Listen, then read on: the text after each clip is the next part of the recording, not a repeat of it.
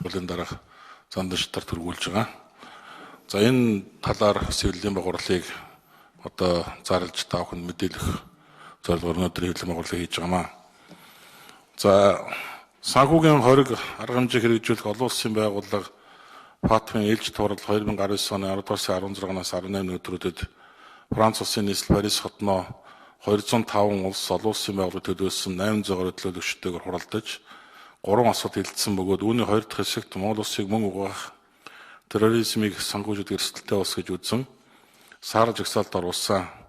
За манай улс саар жагсаалд орох болсон 4 үндсэн гол шалтгаан байгаа. За нэгд нь санхүүгийн бус бизнес эрхлэгч нар тавих хяналт шалгалтын механизм хэрэгжилт хангалтгүй. Үүнийг одоо хяналт тавьж явах байгууллага, шууд хэрэгжүүлэх байгууллага нь санхүүгийн зохицуулах хороо, сангийн яам. За хоёрт нь эрсдэл суурилсан үйл ажиллагааны хүрээнд мөнгө угаах гэмтэргийн олон төрлөөр мөрдөн шалгах үйл ажиллагаа явуулж шүүгээр шийдвэрлсэн байдал хангалтгүй. За шууд хэрэгжүүлэх байгууллага нь хууль зүйн дотоод хэргийн яам, хууль сахиулах байгууллагууд. За гуравт нь мэдүүлээгүй хуурамчаар мэдүүлсэн бэлэн мөнгийг хураан авах, битүүмжлэх, зөрчил гаргасан этгээд хариуцлага дэлгэх, уг хариуцлага нь гаргасан зөрчилтөд нийцсэн дахин үлдэгдэх сэргийлсэн шинжтэй байх тогтолцоо хангалттай ажиллахгүй байгаа.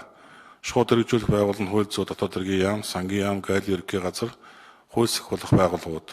За дөрөвт нь хориг арга хэмжээ хэрэгжүүлэх тогтолцоо хангалттай төвшөнд ажиллахгүй байгаа. Шууд хэрэгжүүлэх байгууллага нь хууль зүйн дотоод хэргийн яам, гадаад харилцааны яам, тагнуул ерөнхий газар зэрэг шалтгаалтаар эдэрч одоо хяналтад орсон байна.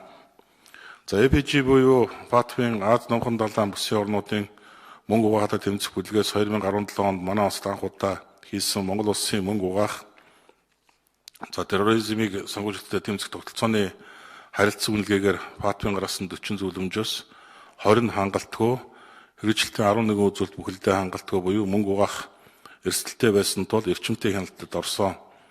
За Фат болон EPG-ийн олон улсын хамтын ажиллагааны хяналтын ажлын хэсгийн хамтарсан уулзалтаас Монгол улсыг саар жагсаалд оруулах шийдвэрт сангийн яам, Монгол банк, санхүүгийн зохицуулах хороо, хууль зүйн дотоод хэргийн яамтай холбоотой 2017 оноос хойш өөрийн хариуцдаг салбаруудад чиглэсэн мөнгө угаах терроризмыг санхүүжилтөд тэмцэх хуулийг хэрэгжүүлэх, хяналт тавих ажлыг салгардуулсан, зохион байгуулалт уялдаа холбоог ажилласнаар хугацаа алдаж үр дүн гаргаагүй зэрэг хүчин зүйлс нөлөөлсөн гэж дүгнэлсэн байна.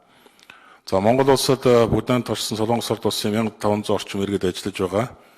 За Баатар Монгол улсад ажиллаж байгаа хойд Солонгосын иргэд авсан цалингаа улс руугаа явуулж цөмийн зэвсэг үйлдвэрлэлд хувь нэр оруулж байна гэж үзэж нийтээр устгах зэвсгийг түгээхтэй холбогдсон хувь хүмүүс хуулийн этгээд нь хөрөнгө мөнгө босгох, шилжүүлэх хэрэглэхээс сэргийлэх гэх Баатарын хоргийг зөрчсөн гэж үзэх үндэслэл болсон байна. Түүнчлэн мөнгө угаах, гэмт хэрэгт мөрдөн шалгах үйл ажиллагаа явуулж шүүгээр шийдвэрлсэн байдал хангалтгүй, мэдүүлээгүй хуурамчаар мэдүүлсэн бэлэн мөнгийг хураан авах, битүүмжлэх, зөрчил гаргасан этгээд хариуцлага хүлээлгэх, дахин энэ төрлийн гэмт хэрэг үйлдэгдгээс сэргийлэх талаар хангалтгүй байгаа зэрэг нь хууль зүйн дотоод хэргийн сайдын шууд хамаарах одоо асуудал юм а. Тэрээр Монгол улсын мөнгө угаах терроризмын санхүүжилтөд тэмцэх үндэсний зөвлөлийн дарга бөгөөд нямд орчин 5 дахь удаага хууль зүйн дотоод хэргийн сайдаар томилогдсон ажиллаж байна. За Фатмын байгууллагын 2017 оны сануулгач түүнийг сайд усноос хойш иржээ.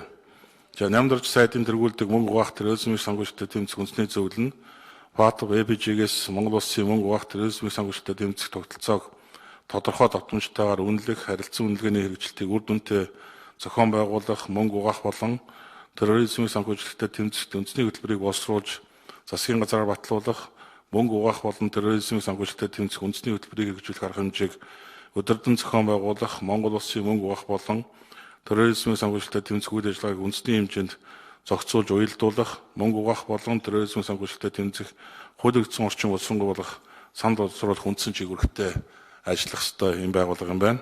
Гэтэл нямдарч сайд ажиллаа хийж чадсангүй, харин бурууг бусдад тогтдог зуршлаараа Монгол улсыг саар жагсаалд оруулсан буруугаа ардсан ном руу чиглүүлэн 2015 оны 8 сарын 6-нд ил тодын хууль батлагдсан. Тэр хуулийн дараа Монголын хөрөнгийн хэмжээ 34 их 80-аар нэмэгдэж, Монгол дахь хөрөнгийн хэмжээ 150-аар өссөн нь гадны байгууллагууд сэжиг төрүүлэх нь зүүн хэрэг. Терроризмтэй холбогдуулж гадаадаас ажиллах хүч авах асуудал мөн үүн дотор орсон байгаа гэж мэдээлжсэн. За 2015 онд батлагдсан эдийн засгийн ил тод байдлыг дэмжих тухай хуулиар далд эдийн засгийг ил болгох, нуун дарагдуулсан хөрөнгийг ил болгож, цаашид үнэн зөвөөр бүртгэх, татвараас зайлсхийх орлогыг таслан зогсоож, Хууль зүйн сайдын хэлсэнчлэн Монгол улсад муун дарагдуулсан дотроос зайлс хийж байсан 34 их найт төгрөгийн хөрөнгө ил болсон зэрэг нь эерэг үзүүлэлтээр ФАТФ байгууллагын үйл ажиллагаа хүсэл эрмэлзэлний чухамхүү нийцсэн хууль байсан гэдэг нь одоо маш тод харагдж байна. Монгол улс сар жагсаалд орсон үндсэн дөрвөн шалтгаан нь хууль зүйн дотоод хэргийн сайд, сангийн сайд, Монгол банкны ерөнхийлөгч, санхүүгийн зохицуулах хорооны дарга нарын ажилдаа хайн ханддаг, популизмаар ажил хийдэгтэй шууд холбоотой гэдгийг арснаа биш, олон улсын байгууллагад өгнөж дэлхийд дахина дүнгээ зарласан.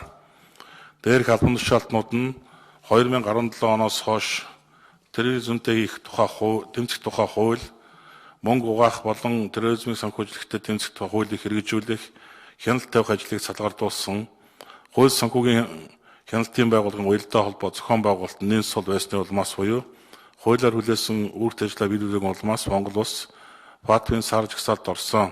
2017 оноос хойш ФАТФ-ийн 15 сарын хугацаатай хяналтын үед Монгол банк, сангийн яам, хууль зүйн дотоод хэргийн яам, санхүүгийн зохицуулах хороо, санхүүгийн мэдээллийн албанаас эхлээд холбогдох төрийн байгууллагууд 20 зөвлөмжийг хэрэгжүүлэх чиглэлээр хангалттай ажиллаж чадсангүй.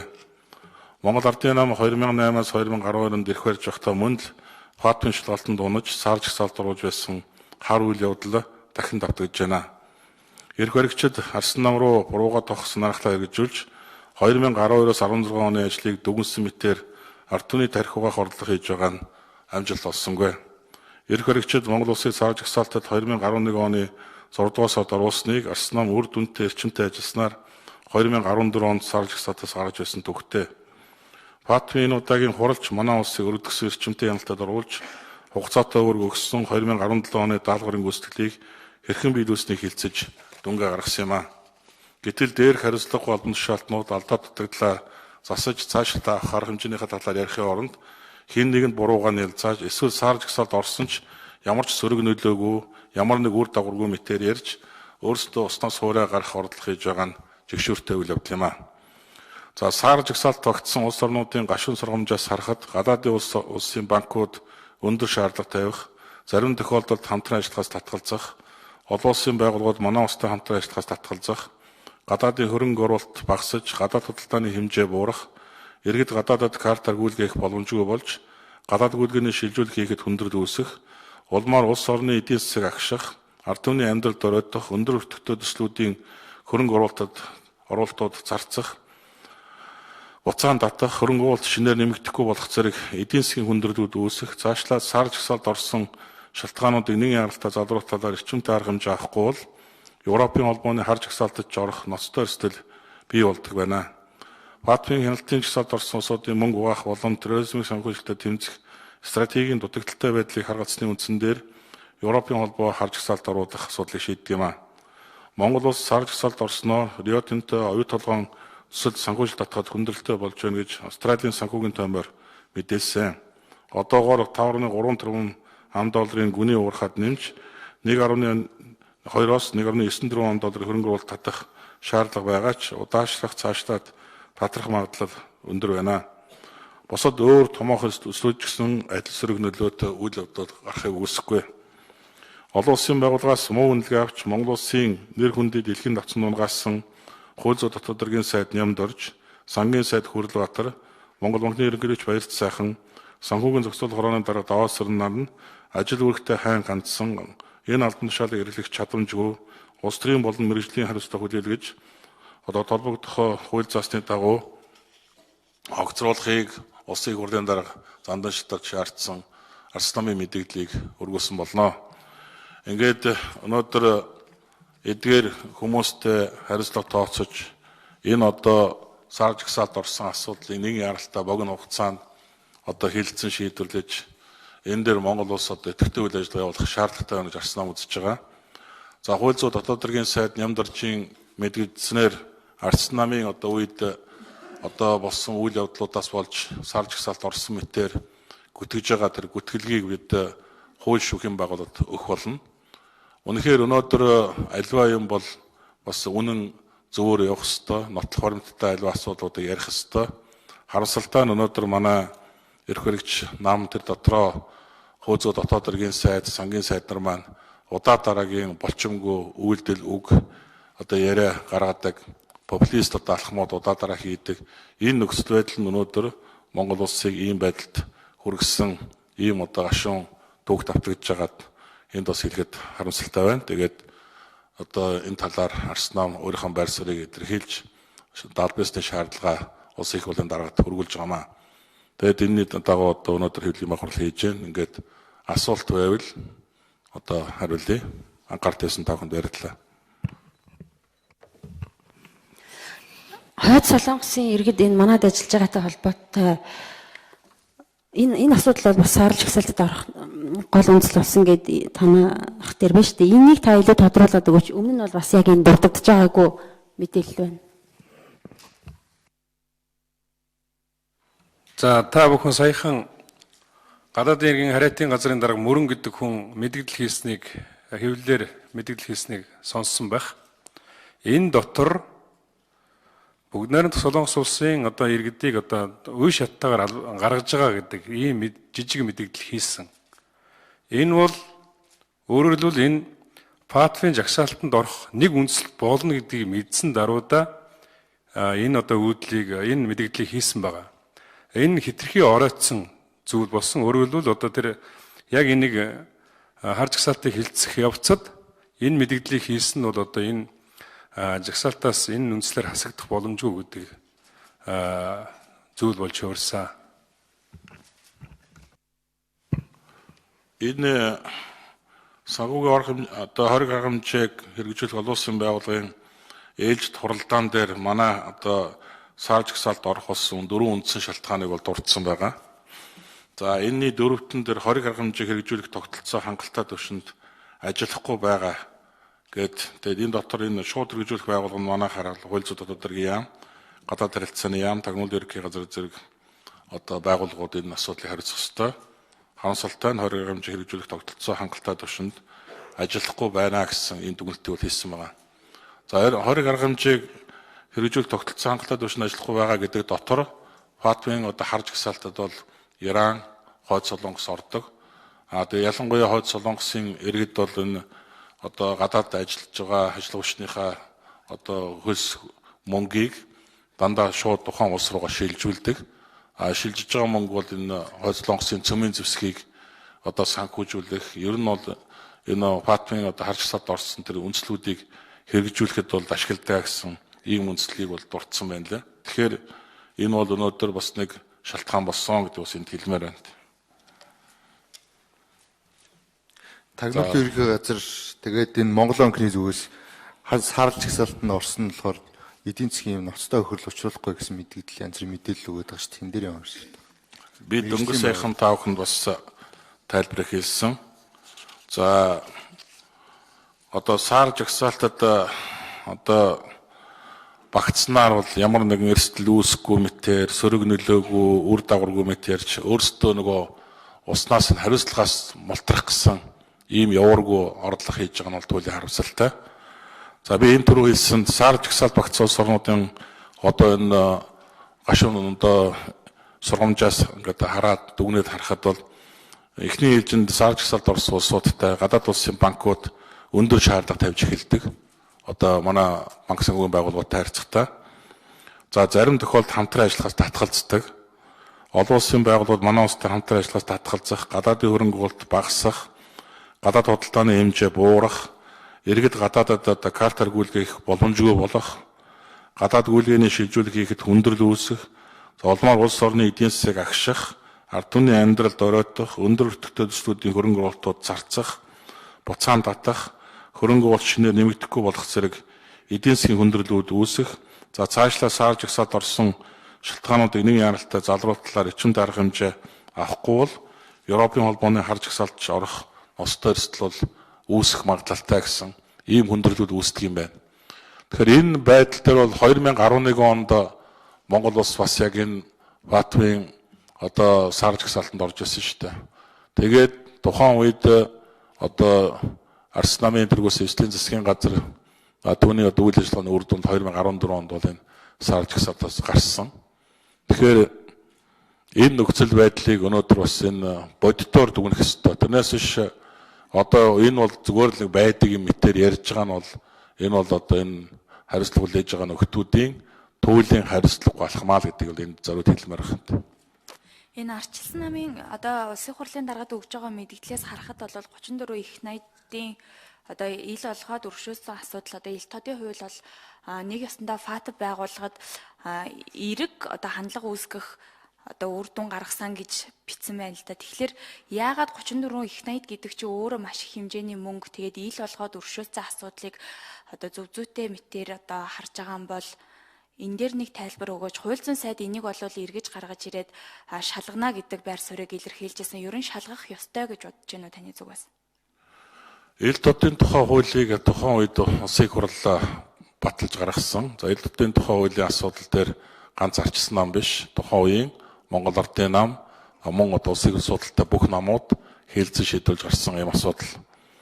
Ер нь бол 34 их найд төгрөгийн одоо дүн бүхий энэ далд эдийн засгийг ил болгосон энэ алхам бол өнөөдөр Монгол улсад ч маш одоо хэрэгтэй алхам болсон. Нэгдүгээр, хоёрдугаар тэгвэл олон улсын зүгээс ч гэсэн энэ ил тодны тухай хуулийн хэрэгжилтийг бол одоо ямар нэгэн байдлаар бол буруутгаж шүмжилсэн зүйл бол одоо л гараагүй. Тэгэхээр энэ бол ганц Монголд болдог асуудал биш. Бусад улс орн ч гэсэн ил тодны хуулийг зарлж тэр нуугдмал байгаа татвар хамрагддаггүй, эдийн засгийн үзүүлэлтэнд ордоггүй, тийм ээ. Тэр далд эдийн засгийн ил болох асуудал бол маш чухал гэдэг бол аль ч улс оронд бол хүлээн зөвшөөрдөг юм байна лээ. Тэгэхээр Арс нам ч гэсэн тухайн үед бусад одоо парламент судалтай улс төр намуудтай хамтран энэ хуулийг батлахдаа өнөөдрийн Монгол улсад далд байгаа одоо зах зээлийн шилжилтийн үед бий болсон эдийн засгийн хүндрэлүүдийг арилгах үүднээс энэ хуулийг бол баталсан. Тэгэхээр энэ хууль бол өнөөдөр одоо буруу гэж үзэхгүй байгаа.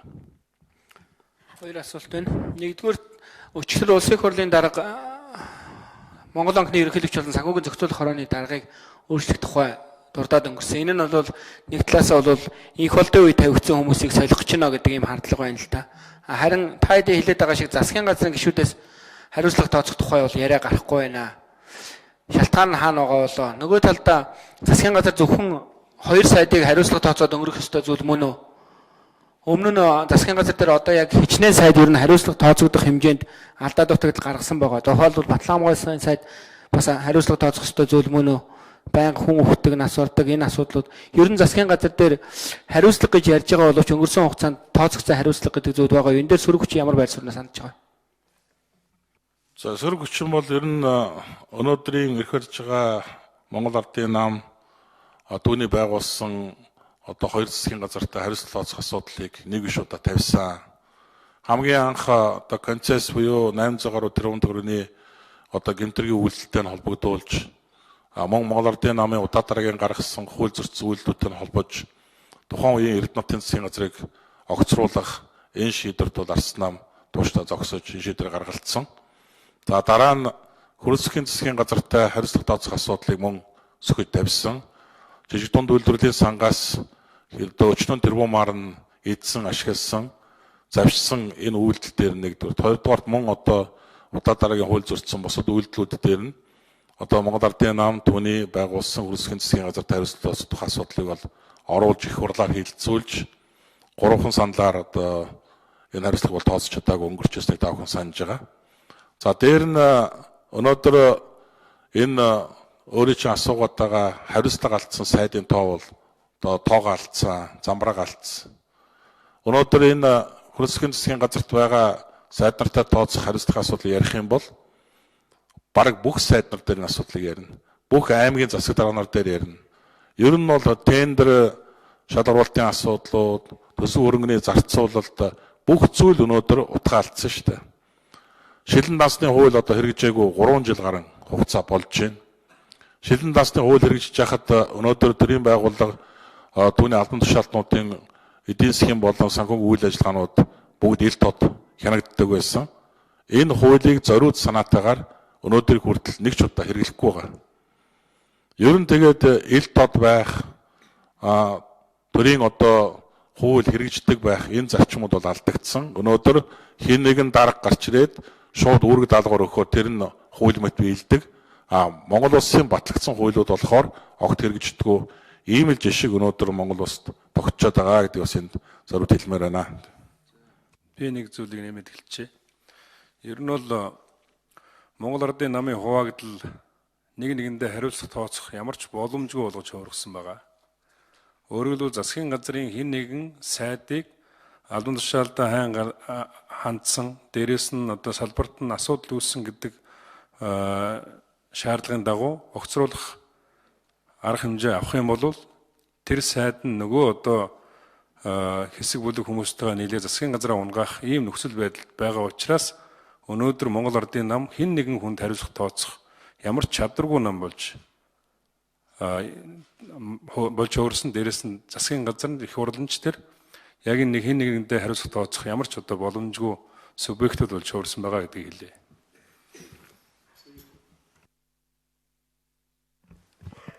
За энэ өдрийн амрыг ирээ. Ер нь бол түрүүн тагнуулын ерөнхий газраас болон одоо юу гэдгийг засгийн газраас энэ сарлж жагсаалтанд орсон асуудлыг бол тийм их одоо техникийн шин чанартай асуудал гэсэн ийм тайлбаруудыг бас өгөх оролдлого хийж байна л да.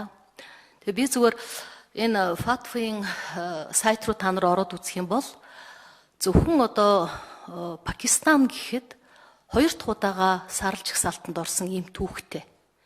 Тэгэхээр энэ юу гэсэн үг вэ гэхээр 2012 онд энэ улс ороод 15 онд гарсан.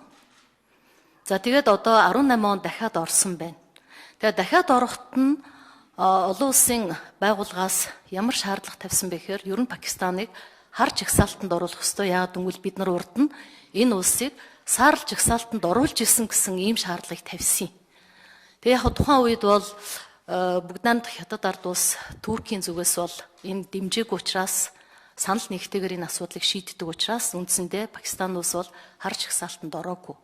Тэгэхээр манай Монгол улсын үед бид нар 2011 онд сарлж жагсаалтанд орчход тэгээ одоо 14 онд асар их одоо хууль тогтоомжоо өөрчилж тэр одоо ил тод байдлын хууль, шилэн дансны хууль бүх юмыг ингэж хуулийн эрх зүйн орчныг нь бүрдүүлж чүүча гэж нэг энэ сарлж жагсаалтаас 14 онд гарсан байхад 17 онд сануулга авчгаад ямар ч юм хийлгүүгээр ингээд 19 онд сонгуулийн өмнөгчил дахиад улс орныг сарлж жагсаалтанд оруулж гин гэдэг бол энэ бол үнэхээр хариуцлагагүй асуудал. Харин ч одоо манай улс тулдаа яг одоо бид нарыг дахиад нэг өршөөл үзүүлж байгаа байхгүй юу? Тийм учраас арчилсан намын хувьд бол сөрөг хүчний хувьд бол бид нар үнэхээр сэтгэл зовж байгаа учраас энэ дээр бол ялангуяа энэ хууль зүйн асуудал дээр энийг хэрэгжүүлэх энэ байгууллагууд нь засгийн газрын зүгээс энэ дээр одоо ямар нэгэн одоо нэг юу гэдгийг Монгол банк санхүүгийн зохицуулах хороогоол асуудлаа шийдэж энийг хаачна гэж ингэж хариуцлагаас зүхтааж байгаа явдал бол хариуцлагагүй нэн хариуцлагагүй асуудал учраас энэ шаардлагыг гаргаж байгаа маа гэдгийг бас та нар сэтгүүлчд маань онцгой анхаараарай гэж хэлмээр байна. За цаа гаргаж ирсэн сэтгүүлчтэй баярлалаа. Хөдөлгөөний байгууллага хас нэмэгдээ.